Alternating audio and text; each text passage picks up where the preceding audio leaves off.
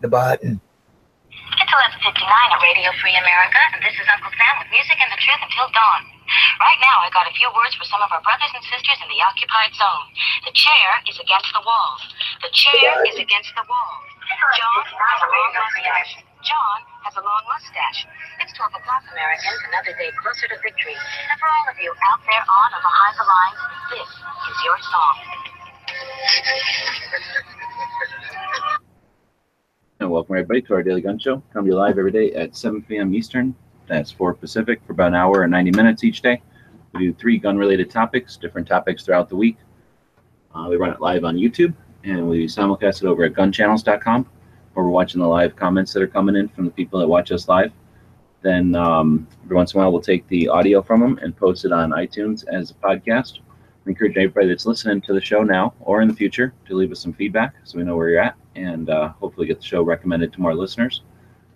And with that, we have 4 hosts. There's 2 of us here today. We've got Bob jumping in from Canada. Thanks for joining. Hey, glad to be here. And then I'm down here in Arizona. So let's see. Today is episode 340. It's a Friday, so we'll be talking gun tech. Talking 922R compliance first. Then we'll talk about Remington. And then keeping a list of firearms. Then all the stuff we hit on a normal, every daily basis. But before we dig in, we usually see if anything happened overnight, anything worth talking about. I wasn't paying any attention. So. The show yesterday, I got a text from Sean in Florida Carry, and kind of went back and forth, and then we ended up doing a kind of extra episode of Every Second Matters. And that was pretty good. He was telling us about the Norman case, which is another case. This is a CCW case out of Florida that's now headed to the Supreme Court, at least to be presented to the Supreme Court. Whether or not they decide to rule on it will be another thing. But it's different but similar to the Zapruder case, or whatever it's called. So both of those are CCW cases going up to the Supreme Court. So it was pretty interesting talking to Eric, their lawyer, and then Sean, the head of Florida Carry, about that case. And since they were involved with it from the time the incident actually happened all the way up till now, when it's gonna it unsuccessfully went through the Florida courts, and now it's going to be brought to the Supreme Court. Anyway, it was interesting talking to those guys about that, and they had a good idea on the 22nd is a good day to kind of prepare for the 2nd. So going forward, I know Smeggy's been wanting to put more time into Every Second Matters, and I feel the same way. So I think we're going to try to do that on the 22nd of each month. We'll do sort of a pre-show and to kind of get ready for it, and then we have some other ideas about doing some interviews and stuff that came up with yesterday. So anyway, it was a pretty neat show. It's over on the Gun website's YouTube channel. If you want to listen to it, I think it's about 90 minutes long. I think I caught part of it. Yeah, it was going to happen, and it didn't happen, and then it happened after all. So kind of went back and forth yesterday. So I guess we'll dig into the show then. We're talking today about gun tech. So has anybody ever been busted for 922R compliance or lack thereof, I guess, not complying with 922R? And that's a good question. We don't do research for these segments. We just try to bring them up so we can talk about them and give people ideas to talk about on their shows or their podcasts or whatever. So off the top of my head, I'm not familiar with anyone being criminally arrested or detained for it, but I know manufacturers do deal with it. So the fear of, or the fact that it exists, they do deal with that. It's dealt with. Well, I guess they must. I mean, that never comes up here, so yeah. I really don't have a iron in the fire on that one.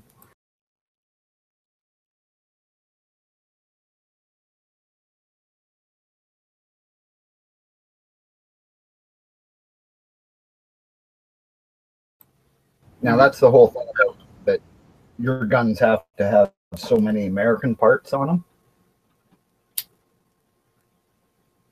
Yeah, basically it's a difficult one to describe because it's not just one law. It's an accumulation of other things that create the circumstance, and the 1968 Gun Control Act is the most of it. Just creates a list of requirements that a firearm has to meet, or criteria that a firearm has to meet to be able to be imported.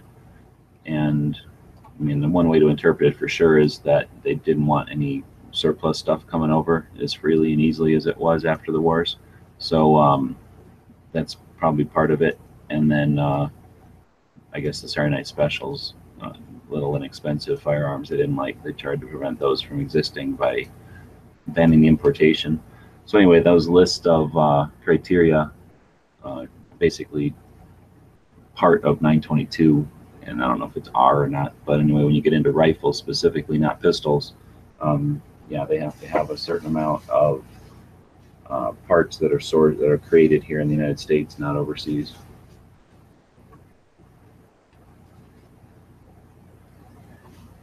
That's kind of cool.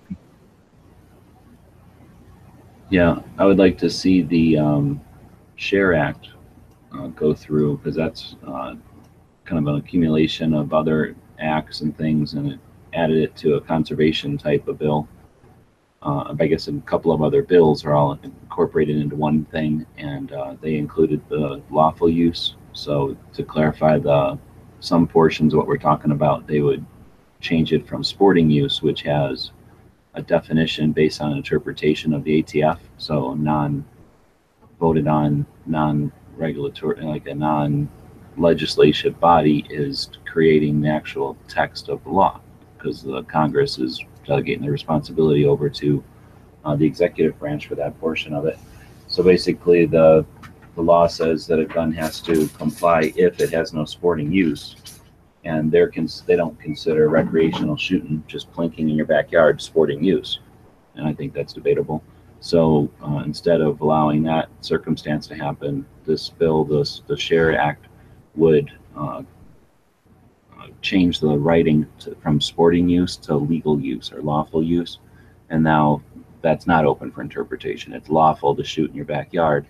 So any gun that would be useful for shooting in your backyard, novelty, high capacity, low caliber, no matter what, is now lawful, and now this 922R stuff would basically not apply anymore. And that's one way we could see getting rid of this completely, kind of not so much sidestepping it, but erasing some parts of it that it's contingent on. Yeah, that would be a nice way to do it, other than just getting rid of all those acts that brought in the whole thing to start with. Well, I guess that would be the best, yeah, get rid of the stupid laws that create it. All right, well, so we're watching for comments out there, and not a heck of a lot of them coming in, regulations versus laws. Yeah, but if they're enforced similarly, then there's not much difference in the definition or whatever, as far as how they're applied. Yeah, true that.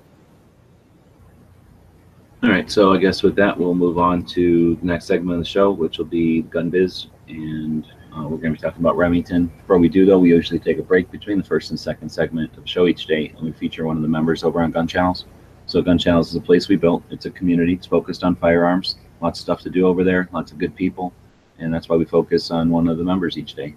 This week, I just picked a bunch of people that were in the chats as I was putting together the shows on the YouTube. So today it's Heavy B. I think I didn't put him here intentionally because he doesn't do a show on Fridays anymore. He used to do a show on Fridays, but Heavy recently moved from California over to the Phoenix area, and big adventure there. A lot of people have been following that, and big asset to Gun Channel.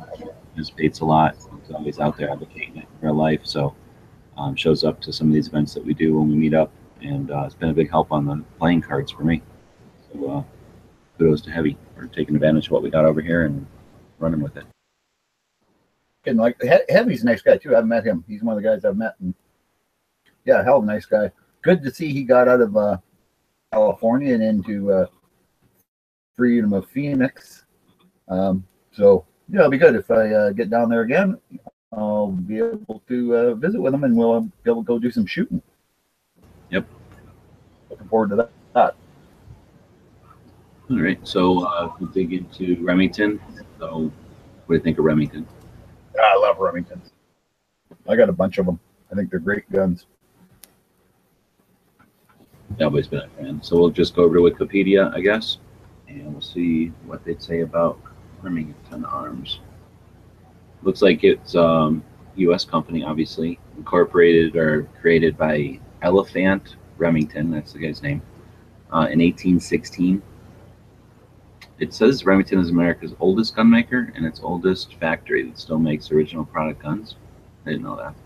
It says it's the largest U.S. producer of shotguns and rifles. I didn't know that either. It says Remington has also developed or adapted more cartridges than any other gun maker or ammunition manufacturer in the world. It says additionally its products are distributed in over 60 countries, making its distribution base and availability wider than those of its competitors. Yeah, I can believe that. I mean, you just look at the Remington bolt guns. There's so many of them, and they're so highly regarded. Yeah, good stuff. It says there's 6 locations, so I'm guessing that's 6 factories. Oh, there's me. Weird echo. Oh, there he goes. So, going back to its origins, that's the end of the company I like. I like their older stuff probably just as much, if not more, than their new stuff. I'm just not much of a bolt action shooter, so I like their shotguns. I like them over Mossberg, but aside from that, I don't use a lot of Remingtons. But I do like their old stuff. I guess I could screen share here. I love their old, like, I think the first 22 I ever shot was a Remington semi-automatic nylon 66, and then I've got a, a 740, mostly older stuff. I've got, an 870, 1100. I like the Remington products. I found them to always be super accurate and really nice wood on them, nice handling guns, really good workmanship. But again, I only own the old stuff. But I'm sure their new products are as good as any of the other new products coming out of factories these days.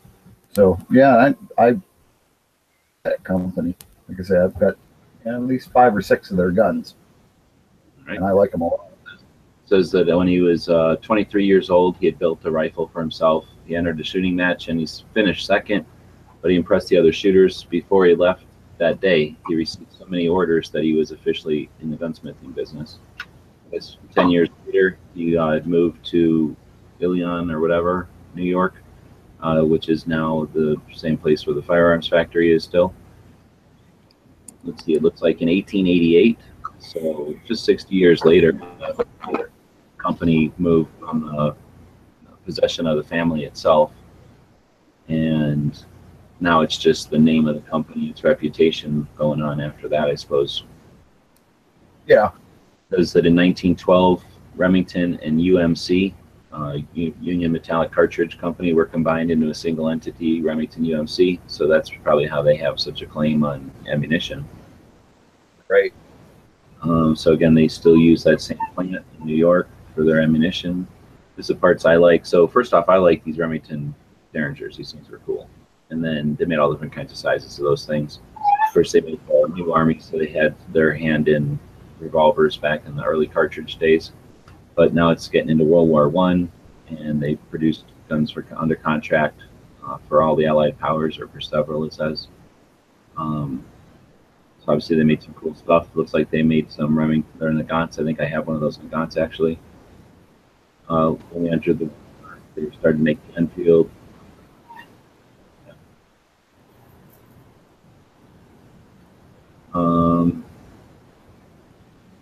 U.S. Army became, in 1940, the Army became worried about its ammunition capacity and asked Remington to collaborate with a plan for national expansion. So they built a Lake City Armory, or Lake City Army ammunition plant, Lake City Arsenal, and the Denver Arsenal. That's pretty cool. I didn't know that they had a hand in that. Looks like they went into tools in the 50s and chainsaws. It was until 62 that they introduced the Model 700, which is basically the gold standard at this point. Yeah, as far as rifles for sure, and for hunting rifles.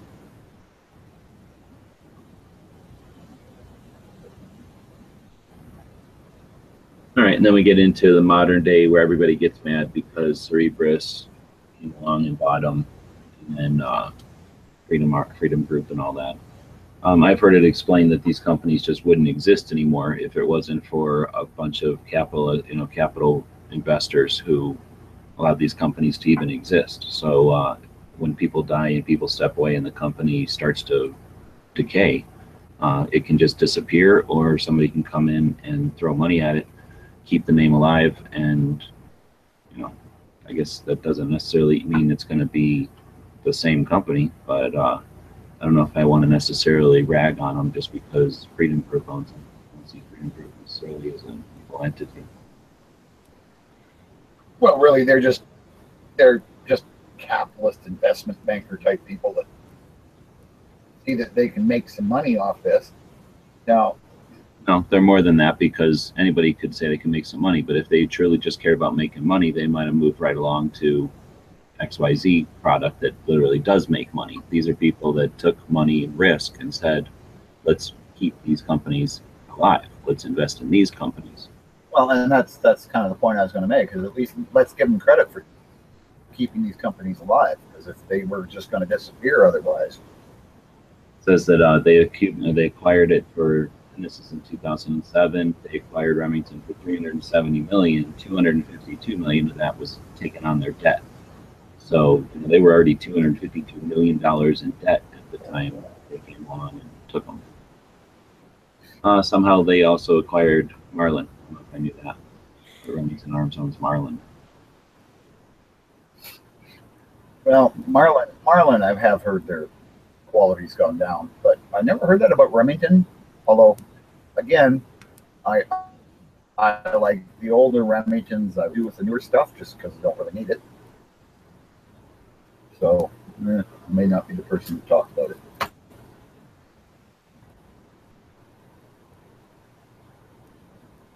Smaggy, do you have any Remingtons? I do not have any Remingtons. American are you? I do have a Marlin. Oh, okay, that's close. Is it a new Marlin that might have been built by him? Yeah, it's a newer one. That's what my little 17 HMR is. And I haven't had a problem with it. People talk about quality or whatever. Mine seems fine. No, you're also talking 17 HMR. It's not like it's getting a lot of abuse. Right. All right, so we had already talked about 922R. Since we're wrapping this one up, did you want to throw anything in about 922R before we move on? I was wondering about that. That was why we were already on the second topic. Dude, I joined at like 7:03. How'd you blow through 922R already?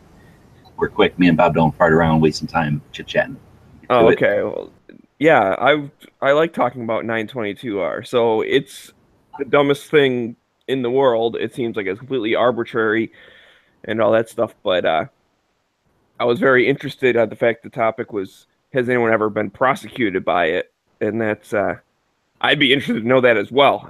I don't have any information to add to that, but I feel like that is one of those things that no one's ever really gotten in trouble for, but I'm still going to try and follow it because I don't want to be the one to make an example out of. Yeah, well, that's a good point. That's kind of where one of the reasons we could blow through it so fast is because, for me, 922, we don't have any of that shit, right? We buy our guns just, if it's a Russian gun, you get a Russian gun. If it's a Bulgarian, you get a Bulgarian. It's a Czechoslovakian, you get Czechoslovakian. So for me, it doesn't affect me. And I'm just I think it's the most ridiculous thing I've ever heard. Just trying to protect the marketplace. Is that what part of it was? I mean, protect American gun makers? Yeah, you never paid attention, maybe I don't know if it was a known thing, but back in the day, yeah, you could get military surplus guns for like nothing, like no money. And why would you buy a real one? That's why so many sporterized ones happened.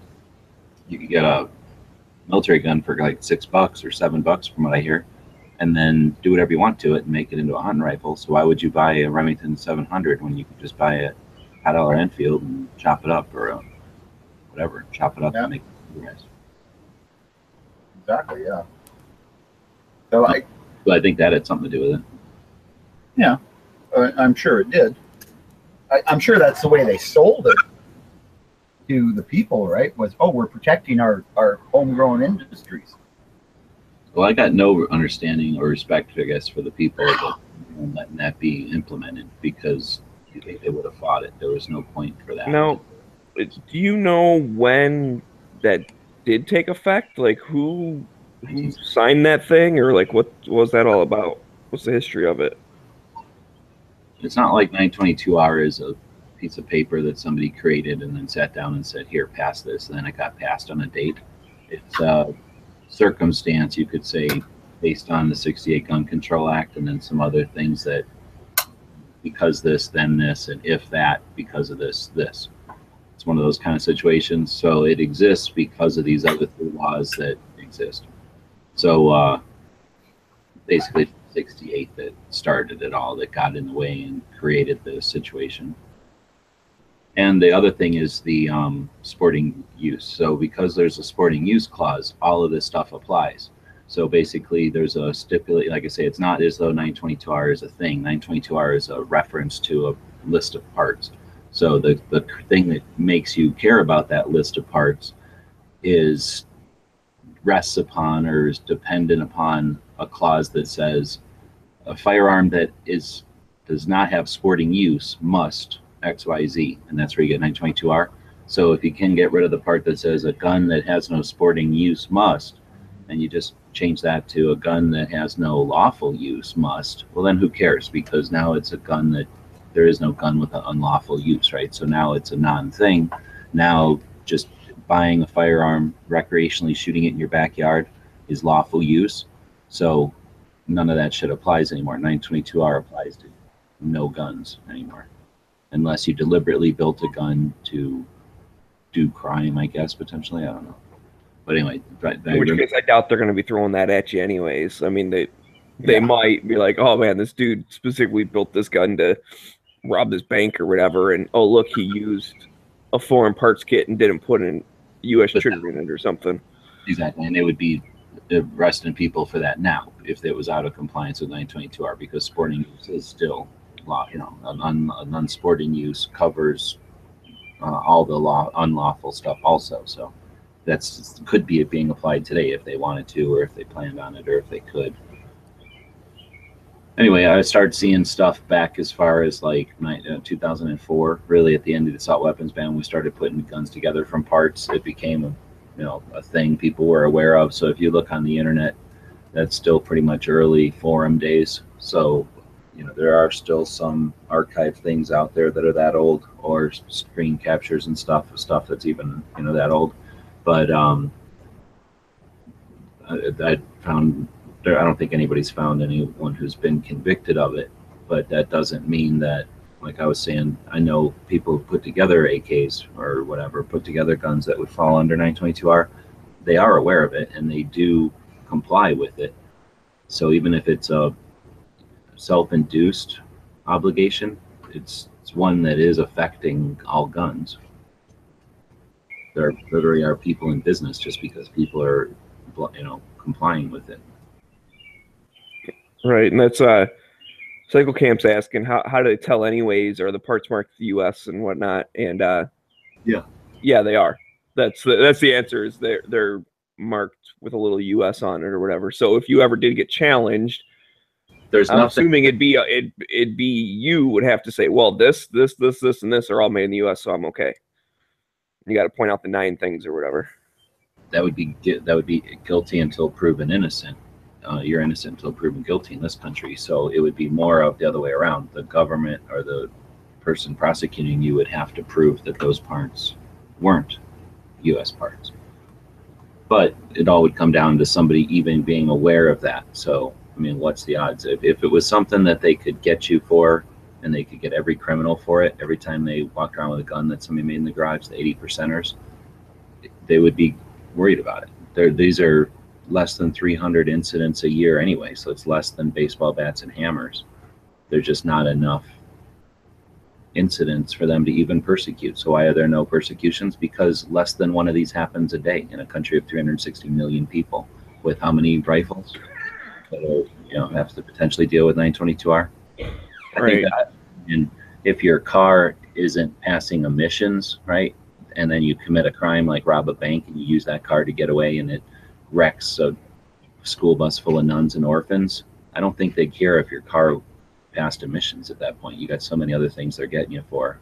You know what I mean? They don't just look down infinitely, arrest you for everything you could possibly be arrested for. Well, so sometimes they do, right? Because if they can charge you with 7 things and then you plead to one of them, so they drop the other 6, it gives them a better bargaining chip. So it's like they got you on robbing a bank, they got you on this, they got you on that. Oh, and by the way, they also have you on this 922R thing.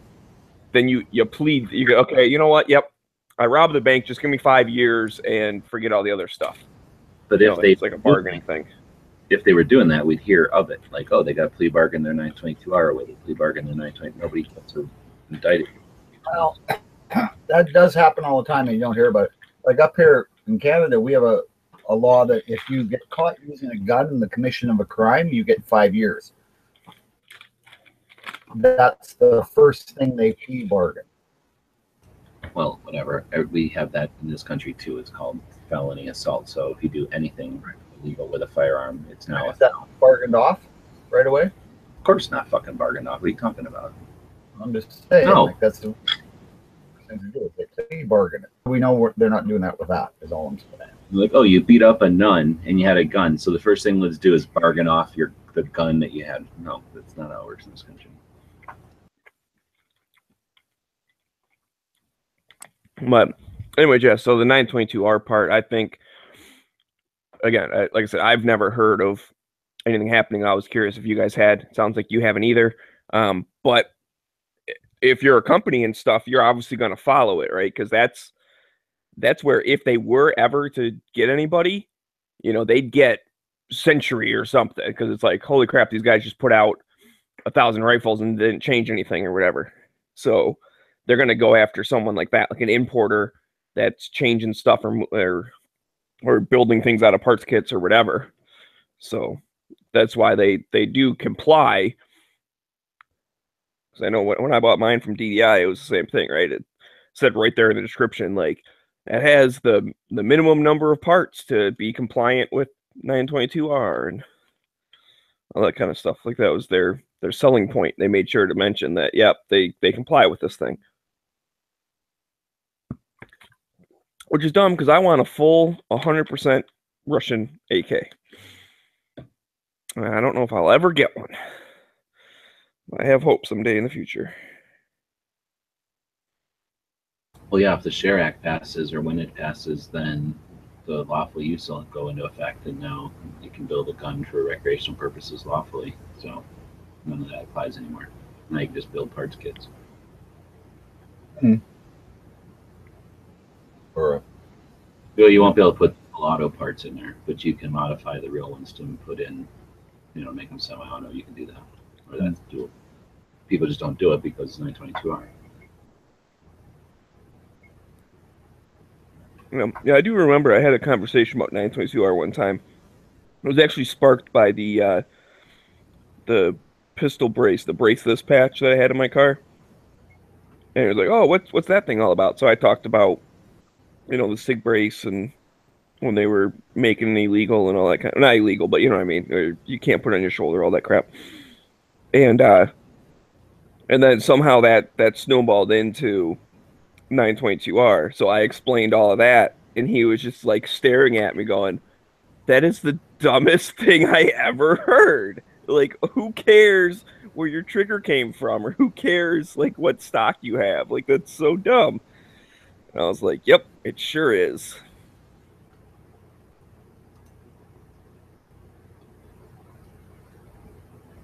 So I think there are a lot of people that don't even know it exists, and once you explain it, they're like, oh wow, like that's, they realize how pedantic and stupid that is.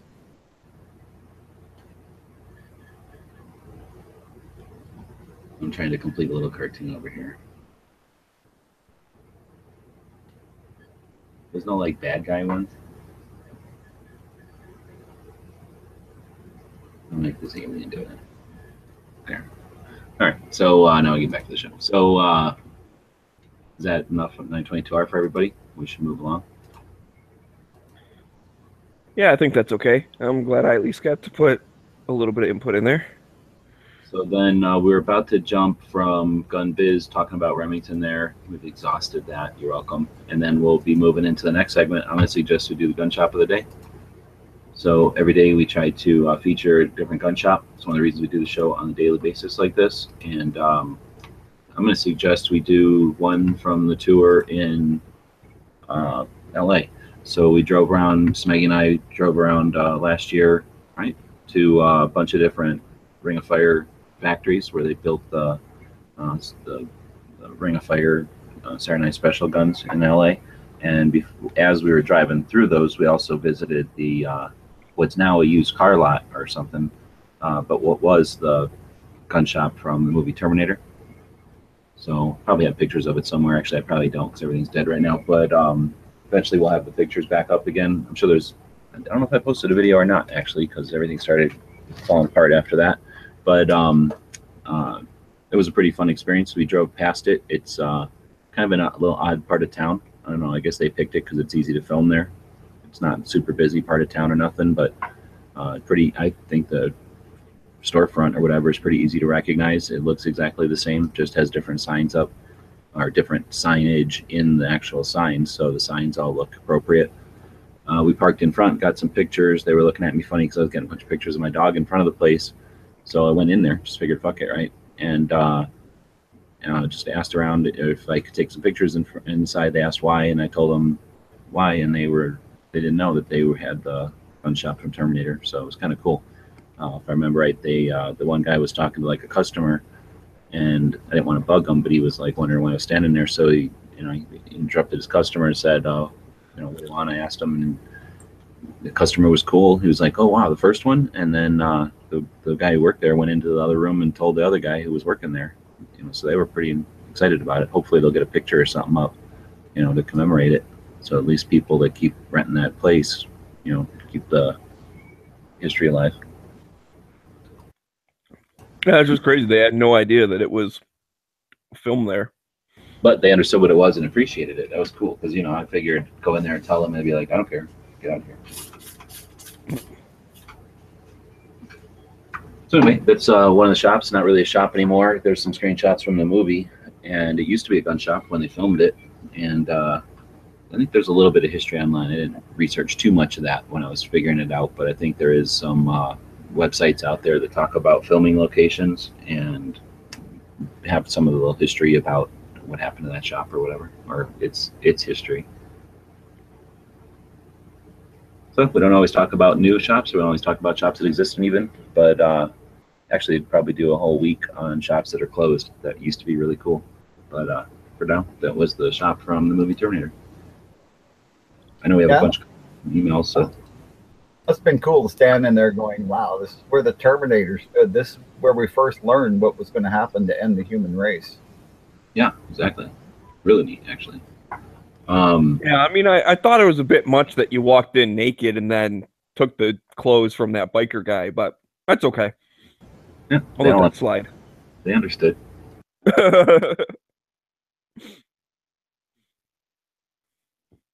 Oops, I say we got a bunch of gun shops coming in from email, so we do appreciate it. Anybody that wants to contribute to a gun shop for the show can either send it to us in email or post it on whatever platform you like to post your stuff, and then send us a link to dailygunshow@gmail.com.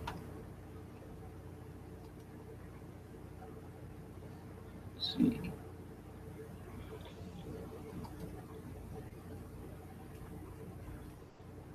The comments, Tony saying that hydro dipping the furniture can take care of 922R. That's an interesting thing too, because at what point does it become a U.S. part? And that's a good point. If you take a piece of wood, who cares where the source of it is, and then you manipulate it, do something to it, modify it, is it now made in America, just out of foreign parts?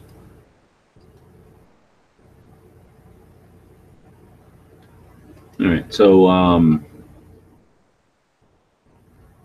I guess we'll do alternative gun topic. Should you keep a list of firearms and serial numbers in case of theft, digital or hard copy?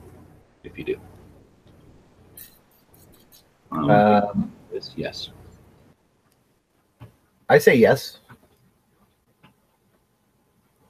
And digital, because it's easier. I'm going to go with, I'm just going to say yes, because I have digital copies backed up on thumb drive and that kind of stuff. And I also have handwritten hard copies.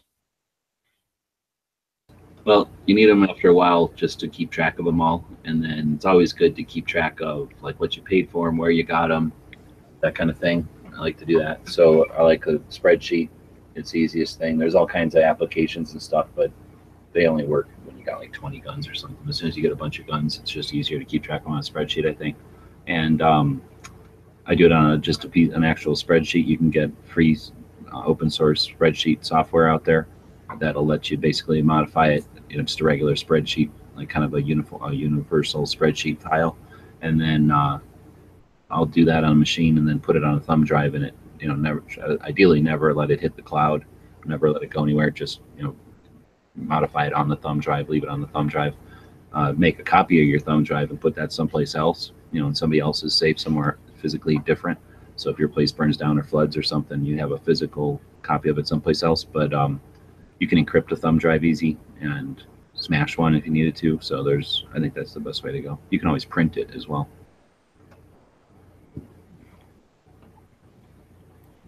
Yes, yeah. Like I said, I just went with, I just hand wrote out some of my stuff.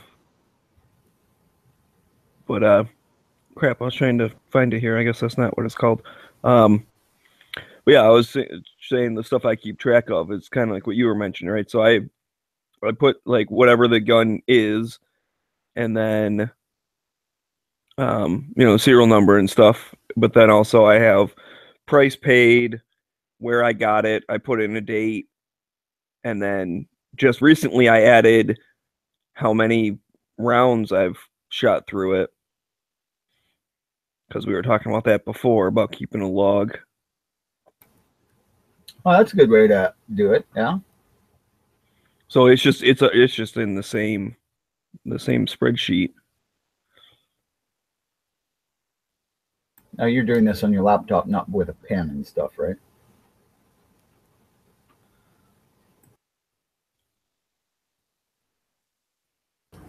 He's embarrassed to say. What? There, I'll put in there if I've got a receipt. So if it's something that came through an FFL or something I bought at a shop, I usually keep the receipts in some place, and I'll note in the spreadsheet if there is a receipt or not. I usually put in when I sell something, so it's got, that remains an entry. I'll just shove it down to the bottom under sold stuff. But then that way, if you sell a gun or something, again, who you sold it to, where, that kind of thing. So if it got sold at a gun show or something, and you get a knock on the door because they're tracing it or something, which I guess could possibly happen. At least you can say, I sold it at a gun shop or a gun show 6 months ago or something.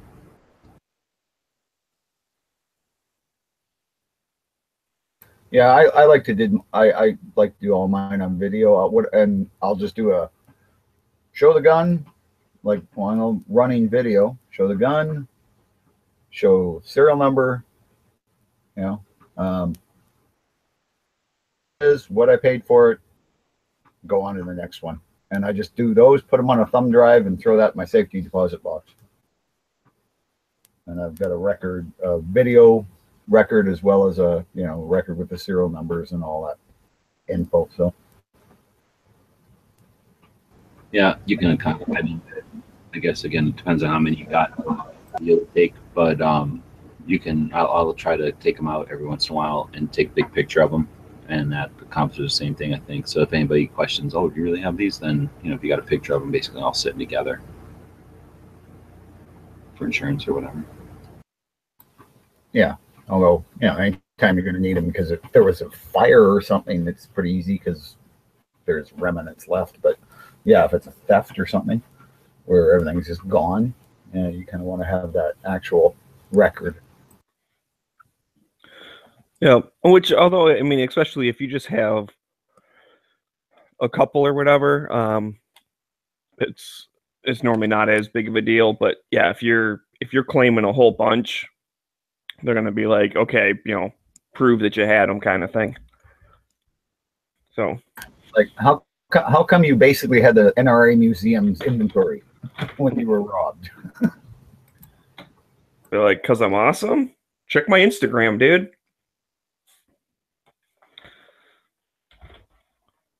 So I guess that's it. Yeah, I like the idea of taking a picture and stuff, which I don't know if I have a picture of every single one of mine. So there's some ways you can connect that, like on your birthday, you pull them all out and oil them or something. You can do that. They say on your birthday, go in and change all your batteries. So if you got weapons lights and stuff, you go in, you change all your batteries. That's a good time to do it. Or do it on like the time when you change the clocks.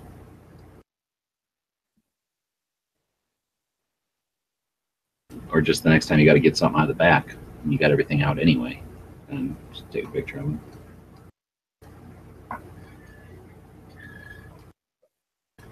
But then you don't have to be restricted to one. I think Cycle's saying, or Darren's saying, takes detailed pics and keeps them on a thumb drive, keeps that in his brother's safe.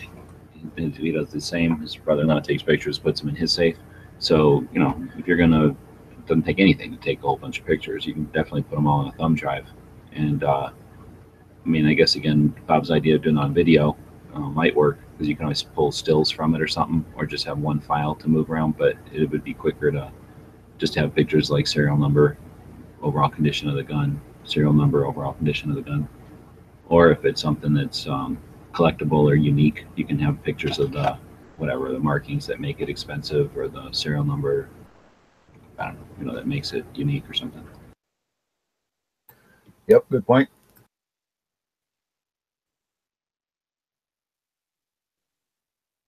All right, well, we've solved that for everybody. Now you don't have to worry about that in the future. I guess we'll move along. So we already did the gun shop, and I guess we can go to the gun of the day.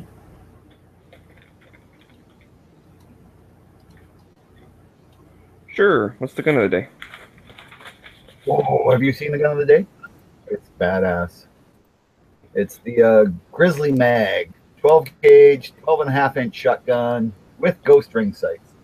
So it's pump action, basically a Remington 870 clone with a 12.5-inch barrel, but a box magazine.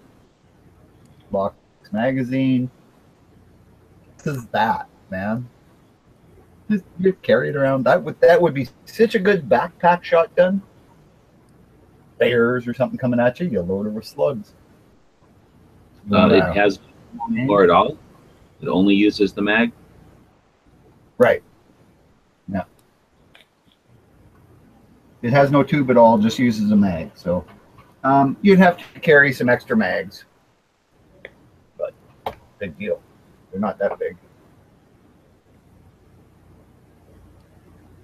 And yeah, mag fed, so it's quicker to load, unload. All the fun stuff that comes with it. And just really handy size. Yeah, very cool. Be nice to be able to get those down here.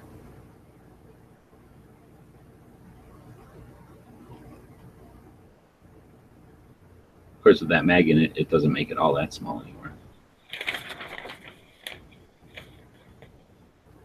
What do these cost up there?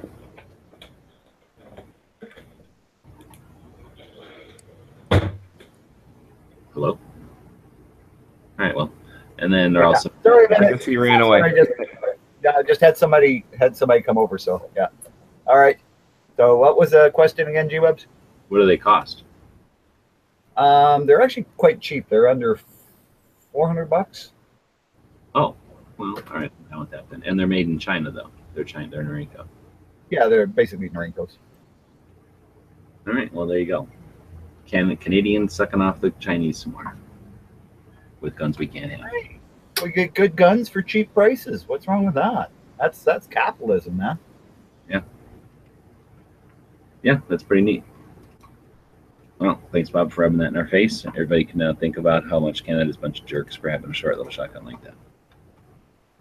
And that's no special license or nothing. Just No, that's just like a regular gun. You can go shoot it anywhere. all right. Well, hopefully that's the last time Bob's gonna do that.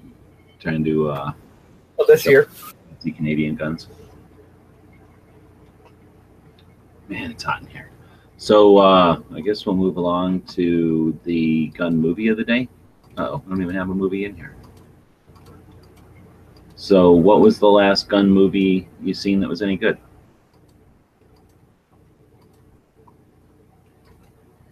Oh, Appaloosa I saw not that long ago. That was really good. Appaloosa. Got a double barrel 8-gauge shotgun. Woody Harrelson.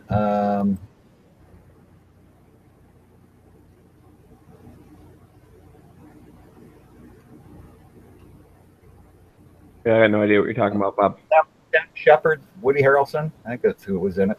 Oops, that's a worse. So it says it was a 2008 Western. Yeah. On a 2005 novel. It was directed by Ed Harris, co-written by Harris and some other guy. And oh yeah, this is, we talked about this one not too long ago, I think, actually. It is more of a drama than an action, though, right? Oh, it's got lots of shootings in it. It's got lots of gunfights and stuff. Anyway, so this is a Western, and I guess I'm not screen sharing. It's a Western, and it's got Ed Harris in it, and Bob claims that there's a lot of gunfighting. I'm going to try to find the info about it, though, because I'm not finding that. Bob's at like the 6th beer you drink this show.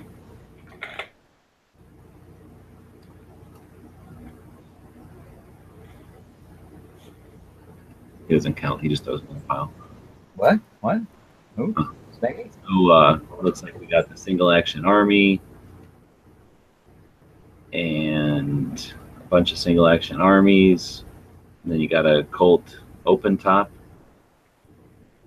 by his sidekick. And we get a yellow boy in there, 1966.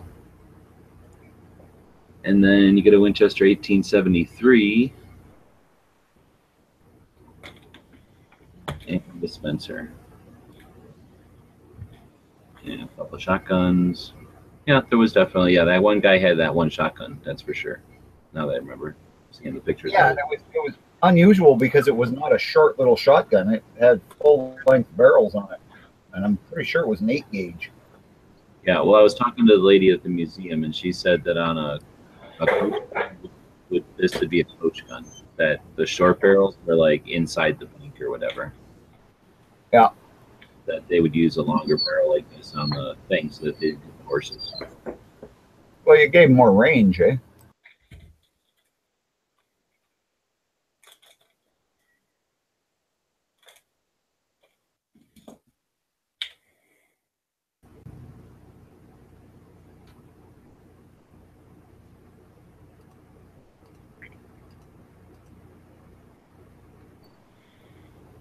Yeah, it's kind of. It was a good show, though. I liked it. And we're assuming Maggie hasn't seen it. No, I have not seen it. Well, I'm going to go ahead and say that there are guns in it, but from what I remember, it was a heck of a lot of drama between these two guys and that chick. It's like a drama love story, and then they added some Western sprinkles on it. No, it was a good Western. They just had some drama on the side. I'll give it 2 solid thumbs up.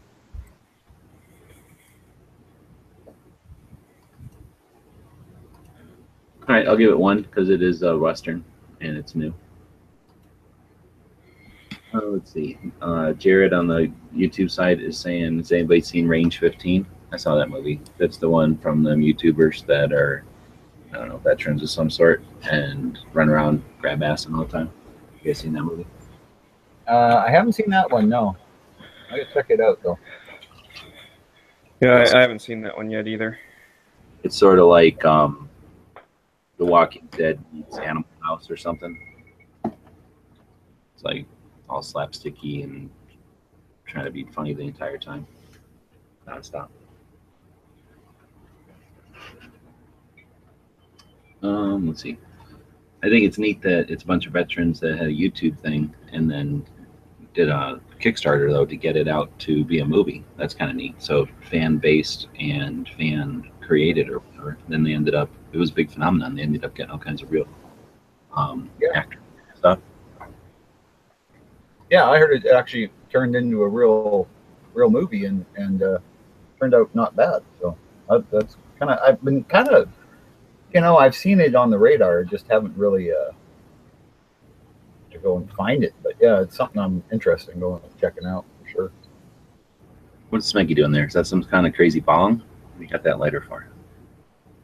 No, I was going to attempt to put this little fiber optic thing in here. So if I remember correctly, you get that side all gooey or whatever, and then pull it in, and then you cut off this extra and then burn this side too. Does that sound correct? I don't think you'd get the first side all gooey, then it would not be round. I thought you leave the one side fresh. Oh, you just cut this side and burn it? That's what I thought. Okay, so I'll do then.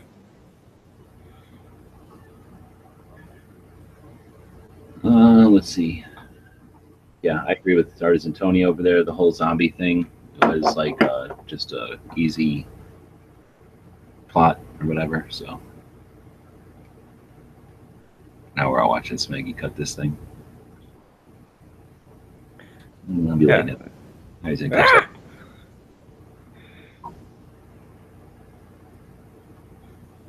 Smeggy If said if I remember correctly, this lighter is kind of cracked out, so. Oh, hang on. If you turn that up. Did you say that was your crack lighter? You probably shouldn't say that in live TV or a live podcast there, Smeggy. He's gonna like that gun. Oh no, it smushed real quick. Yeah. That's pretty good. We can see that really well. Oh, I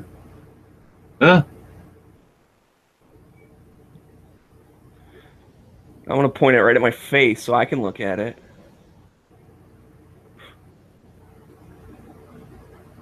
Yeah, it cools down real good too.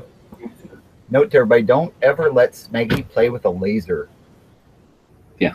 So we got a message from Clover on the YouTube side saying another small firearms related YouTube channel.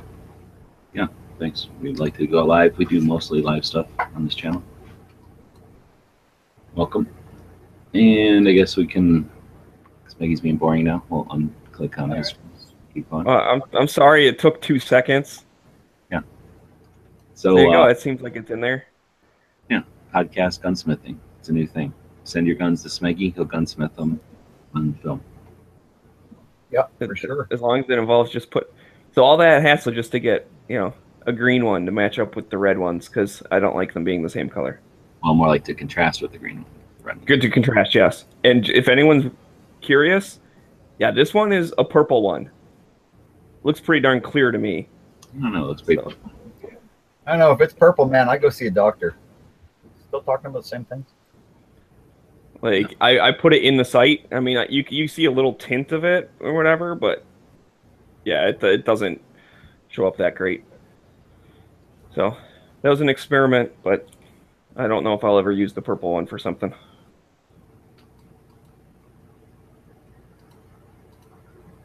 And now I have an extra green piece.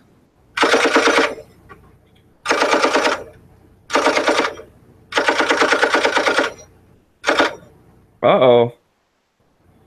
Dano's not here, so he didn't leave us a question, so we won't fart around today. This is the pop quiz. We try to do a pop quiz every single day. You never know when it's going to happen. It's happening right now. What model gun did Smeggy just gunsmith? Looking for the answer on both the gun channels and the YouTube side. If you know what model gun he was just gunsmithing there. We got nothing on either side yet. Nothing. It's not a 20. It's not a 42. EMR 30. There we go. Jared. Nope. Yep.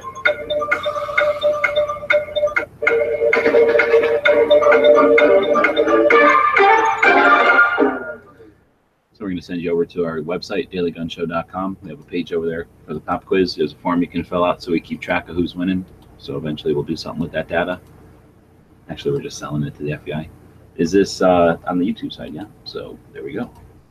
So everybody says that YouTube side sucks because they got the bad lag and they're lazy. They don't know much. They're ignorant. But every once in a while they win the practical pop quiz. So I guess you can't brush everybody with the same brush. Yeah, the gun channel side was too busy guessing 42 and stuff to be able to type in the right answer. Yeah. Trying to be smart. All right, so with that, we can jump back over to the schedule, see what we're missing. So, did we miss anything here? No. Oh, we're going to do gun history. Acting cool today.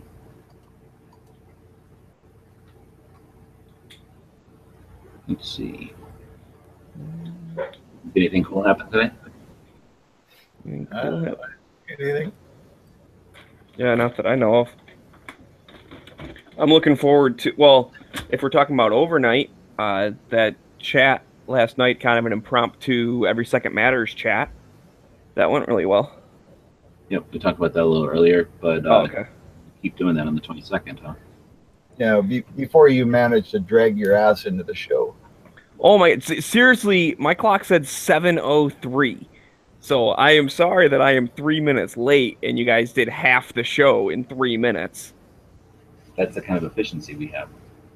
I guess when Daniel's not around slowing us down. Like there you go. So I think the only thing I can find that's interesting, that I think is interesting out of the history thing that we look at is in 1885, former General and President Ulysses S. Grant died at the age of 63. Otherwise, a bunch of interesting stuff happened, but it was like wars that we weren't in and stuff. And I don't recognize any of these people.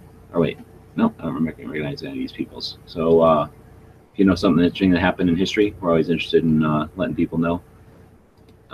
Feel free to email us or add it to the calendar over at Gun Channels or something.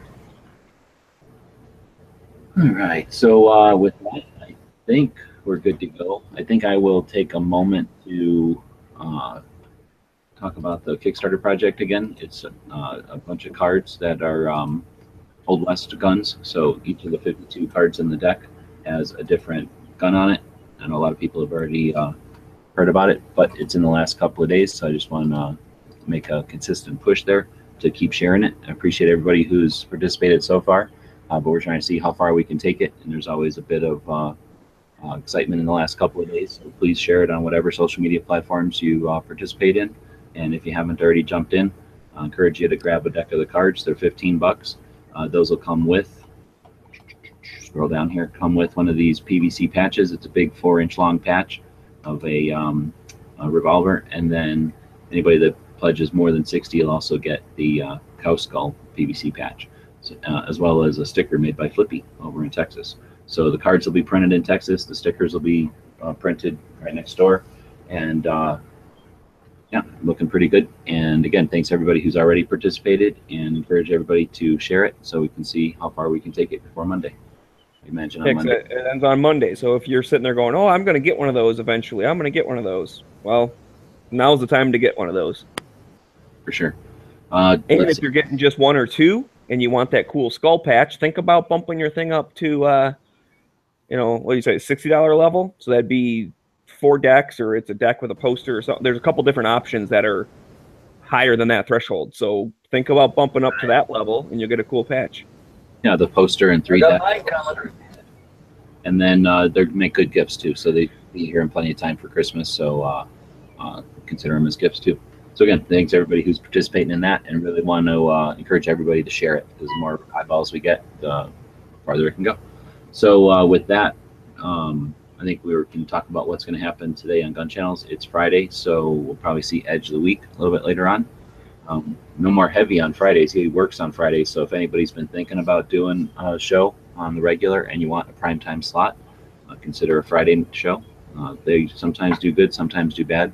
Just kind of depends, but it's always nice to have a primetime slot available. So again, if you're interested in doing something like that, ask people over at Gun Channels. They can show you how to get it all set up and everything. And We will be back here on Monday. We'll be back here tomorrow for the tactical quiz. That's the same time, 7 p.m. Eastern, 4 Pacific.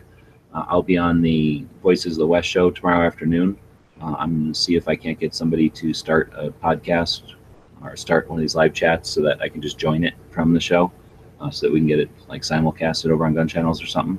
But I'm going to be going on Animal Frenzy's old show. They still do the show as a podcast now. And since we're going to dedicate the cards to him, we'll go in and talk to his friends and have them look at the cards. I've had a bunch of experts look at the cards, but these guys will, be a whole nother level of expert because they're really into these cowboy stuff. So that should be fun on Saturday. Travis will be here. Do you know what time that is? I will in a minute. Travis does Caliber Corner on Saturdays. I know that he's getting into reloading and stuff, and I think a bunch of people are planning on joining them for that show. I forget what time, but earlier in the morning tomorrow. Then Rick does Rick's Life as I See It. I'm searching for the time on this thing. Otherwise, I think Matt does a show on Sunday mornings. Yankee does one on Sundays as well. I don't know if he posts it over on Gun Channels all the time. And then Yoder, Texas will usually post Come and Talk It on Sundays as well. It's a syndicated radio show out of Texas that he'll post over on Gun Channels. It's definitely worth listening to. Let's see. Oh, come on.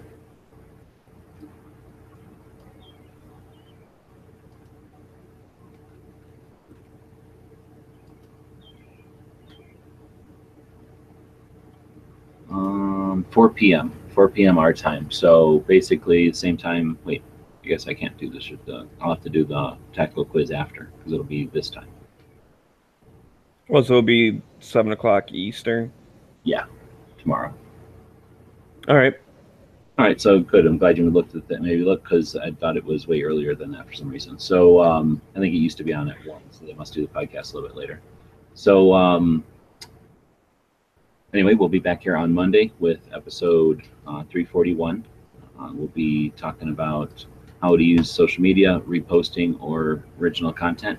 And then we talk about the various events that are coming up. So anybody that wants to post an event that you participate in or that you'd like to see, maybe you'd just like to see coverage, like that TriggerCon thing happening in Washington State.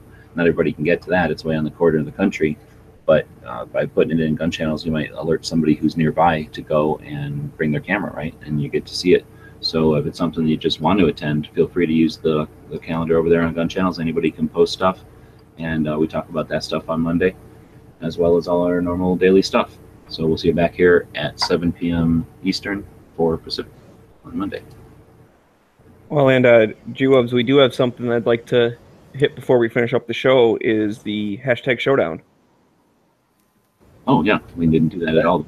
So, yeah, Dog Body was very, very concerned about it.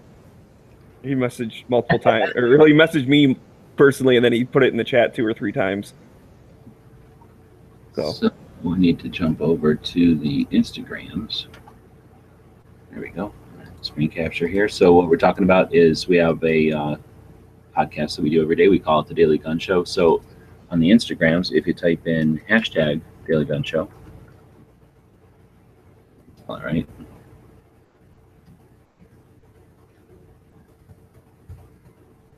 Okay, we have 488 posts over there. I think we had 450. I didn't transfer it down, did I? So I got to go to old shows, scroll way down here.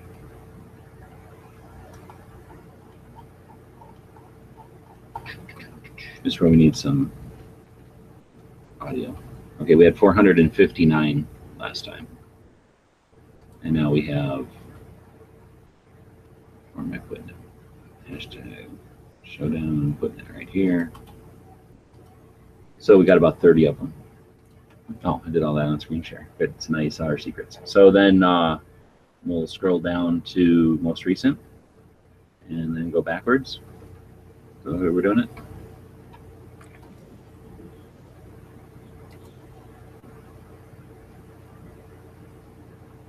I remember seeing all these, but I don't know. Did we have this one last week already? Looks like we did. Did we? Yeah, that was the one from Jim going to Tombstone and getting that tombstone marked. All right, so I'm going to go from here, I guess. So we got Chris putting up another landscape one from up in the western U.S. What we got here? The HPA is moving. Yeah, this was, I think, right after the at the baseball park or something. That's me reposting it. Got one from Jimmy posting the early watch with his gun in there. Got Wright showing one of the patches he won. The daily gun show. We're still giving away patches all the time. Mary Kay Sonora put up what, 23?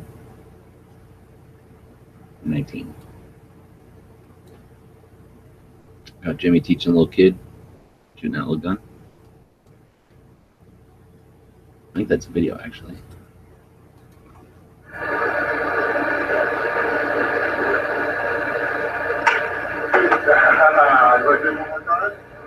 Must be 9mm, eh? Yeah. Safe enough for a baby. Yeah. This is what happens when little kids watch Bob too much. They don't put on shirts anymore. What's wrong with not wearing a shirt? You got another, that's a neat one. Gun doesn't look like it's in any danger, but the rocks look pretty cool. So what do you think? Chris goes up there with like 6 different guns to get different poses, or these are each different walks? I'd like to think he just hikes every single day. Mirror image one. There's a nice one. I don't know why he's got that thing cocked for. Scary. He means business. It's a pretty cool one. Not much business with one of them tiny little guns. Nice ammo display there. Oh, yeah, that's kind of cool. Put a bag of cat litter on there. Cat litter. Oh. Lifesavers. Bob's cats were always confused, but it's not. Yeah, well, yeah, covered the smell, but they used to stick to the cat's feet. That was funny by itself. Oh, this is another one, Jimmy. So that one is 22, 357, 40, 45, 454, 556, 762, and 308. Good job. We got pink knives. Those are pretty awesome. Vince made custom shop. You like pick every single aspect of it, and then they just put it together for you. Clay throwing up that one, I think. No, that says 2 days ago, so that can't be that old. There's Mike reposting. Thanks for reposting all that stuff. And another one. Oh, it's a new one, Arctic. I like that one. I don't know if that's a filter or what. You got room with the video. That's nice. I want to keep my eyes open. I want to keep my eyes open. And then there's dog bodies with the dog. And the booze. Encouraging such bad habits. And then Smeggy. All right, I'm voting for dog buddy. And I don't know what's going on here. I think Must we're now, be in the populars now. Yeah. All right, so that was the Daily Gun Show, hashtag Daily Gun Show, and now we're going to show down. So now we go through, there's 3 of us, so more than likely we'll come up with a tie, but we'll see what it comes up with. We all vote. Who are we voting for? Dog body, the dog, the smokes, the lighter, and the bottle of booze. Because it's got a dog in it, and booze and smokes. I don't like how it looks like he's trying to set the gun channels patch on fire with the lighter right there. Someone should tell him not to play with fire. So which one are you Hey, going? that's just showing that those cool, they won't even burn. I'm gonna go with that one from Chris with the peaks behind it. This one? The one on the right hand side. Yeah, there you go. All right. Well, I was going to go also with Chris, but I'm going with this one this week. So that means the audience gets to chime in. So we've got Bob's guess, Smeggy's guess, or my guess, and we'll go over and see. I guess until this music ends, we'll take votes.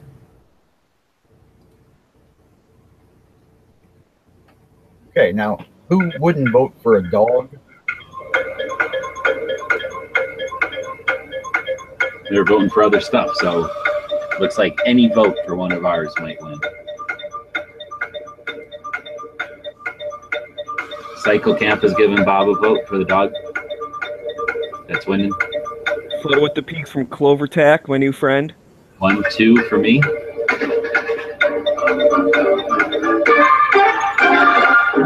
So Gee, Dog Body's voting for his picture. Surprise, surprise. You're allowed to do that. So I got 2. What, Smeggy got 1 over on YouTube. And then what do we have over here? 1 with Bob. 2 with Bob. 3 with Bob. Bob wins. So that means Dog Body wins. So that means the dog. Yeah! Voting on both sides. I see what you're doing there, buddy. Who did that? Cycle Camp. I mean, he's still won. I'm just saying. All counts. I don't think it's Photoshop. I don't know where Artisan Tony's talking about Photoshop.